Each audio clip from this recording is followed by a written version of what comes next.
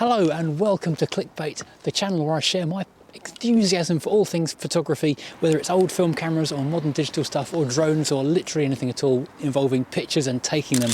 And today we're going back to the 1980s again, because just a week or two ago I showed you what was the most exciting camera of 1985, the camera that stormed the mid-80s and changed the world, the Minolta Dynax 7000, or the Maxxum or the Alpha, depending where you are in the world.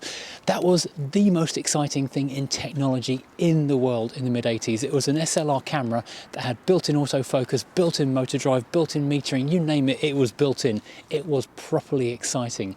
But the thing was, technology moves fast, and just 3 years later in 1988, Minolta updated it dramatically with this, the 7000i. Now, in many ways, the 7000i was an incremental advance on the old 7000. The most obvious thing, of course, is the styling. The 7000 was so very early to mid-80s. It was square, it was blocky, it pretty much had graph paper on it.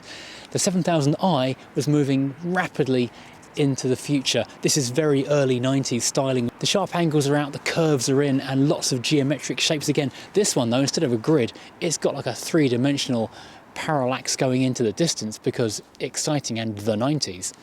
One of the most interesting features in the back of this camera is, in fact, the LCD screen. It's angled back towards the driver. It's like a BMW. In fact, it was designed by a German guy called Hans Muth. Maybe he drove his BMW to work that day with its driver-focused cockpit of the 1980s, which is what they used to have back then, the ultimate driving machine. I guess it would have been an E30. Perhaps an E2080 he was driving to work, and that inspired him to cant this LCD panel over to you, the viewer, the driver of the camera. Under the skin, there were lots of other little improvements. The top shutter speed went from 1/2000th of a second up to 1/4000th of a second. But more significantly, it got predictive autofocus. In fact, the entire focusing system was completely new and revamped, so it was faster, it was sharper, it worked in lower light. But that predictive thing, when you put it into continuous shooting, it could lock onto someone walking towards you and follow them properly and accurately. So this was a must-have for a budding sports photographer back in the late 80s and early 90s. It also pushed the flash sync up to 125th of a second from 100th of a second, so everything was just improving just a little bit more. Likewise, the metering was improved. Previously on the 7000, you only had center-weighted metering. Now you got center-weighted and you got the option of a spot meter with this button on the back.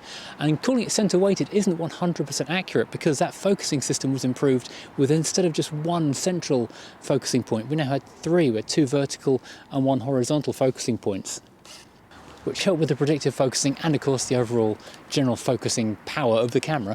And the metering system was linked into that, so it knew roughly where in the frame you wanted to be focusing your attention, and it would weight the metering to that particular point. So the overall metering effect was improved. It may not be more accurate, but the accuracy of its location finding was better. So all round a better camera.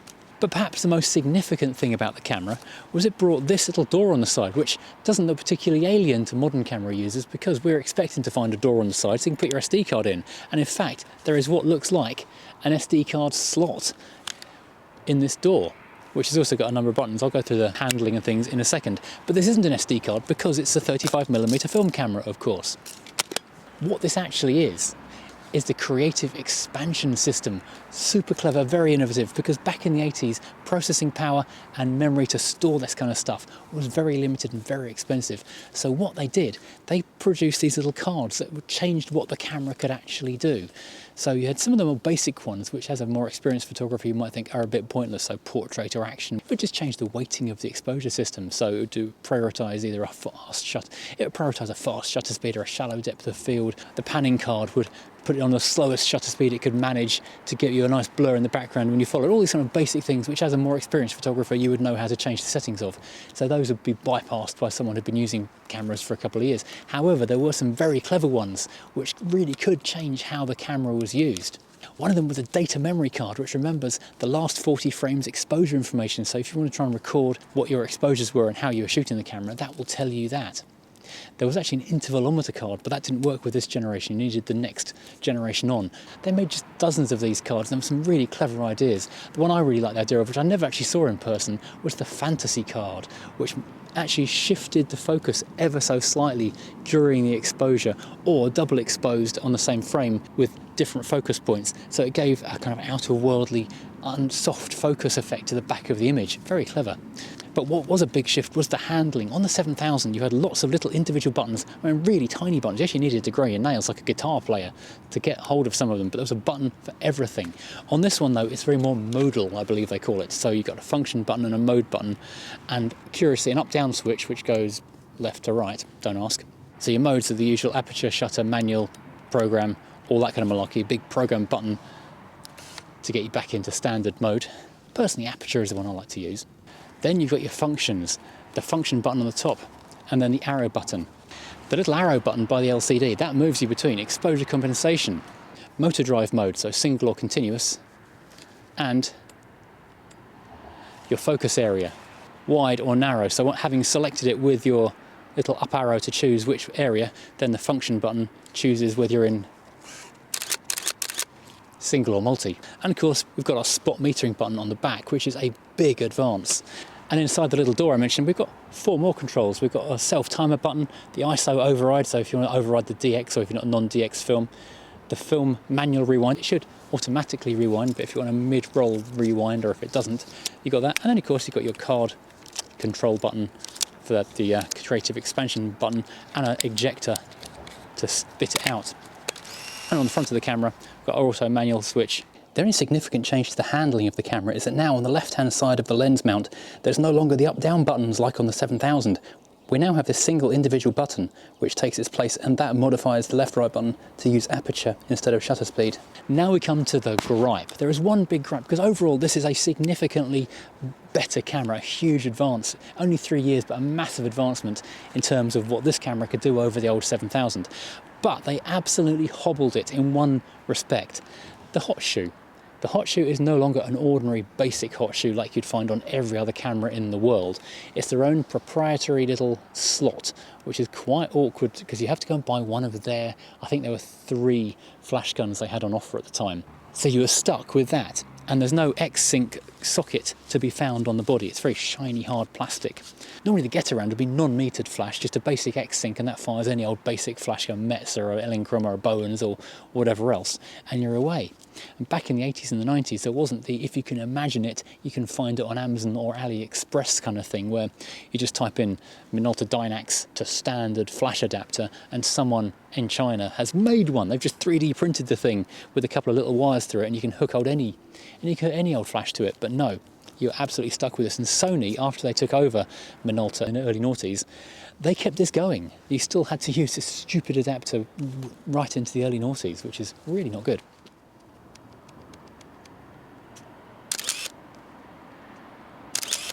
Honestly, using this camera is so easy, it's so ergonomically perfect. It's just right for your hand. The up, down, left, right slider is in exactly the right place, and the shutter button is perfectly positioned next to it. So it's just the nicest camera to use. The only downside really is it uses 2 CR5 batteries, which are quite expensive, rather than rechargeable AA's or AAA's like the previous model. Although they do last a really, really long time, and you can keep one in your bag for years and years before you need it. Overall though, it is a fantastic camera to use. It's got a big chunky grip, which makes it really, really easy to hold on to. I've got fairly big hands, and that's such an easy camera to hold, easier than my Nikon Zs that you're filming on at the moment. And it has the advantage of the Minolta A series, which is the Sony Alpha series of lenses. So you've still got the screw-driven focusing just there, but we also have the electronic contacts for aperture and lens data for lens distance, focus distance, and this means you can use so many lenses going back to the 1985, the original Minolta Dynax Maxxum Alpha series, right the way through to the Sonys of the early noughties up to the 2010s. So there's a massive range of lenses, and if you're on a Sony Alpha digital system, that does of course mean you can use all of those. And of course, being Sony Alpha, there are lots of adapters, so you can use these lenses with other cameras as well.